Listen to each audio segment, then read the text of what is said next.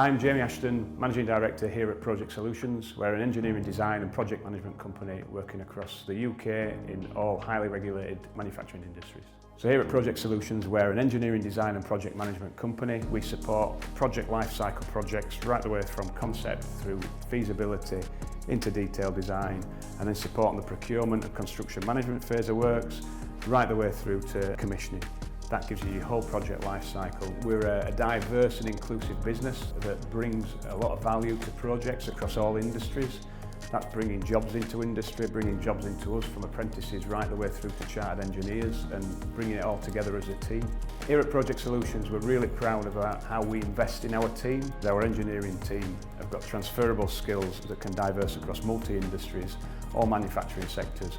That adds value into when we bring new engineering apprentices through, graduates through, because that means they can draw on that knowledge and experience across industry.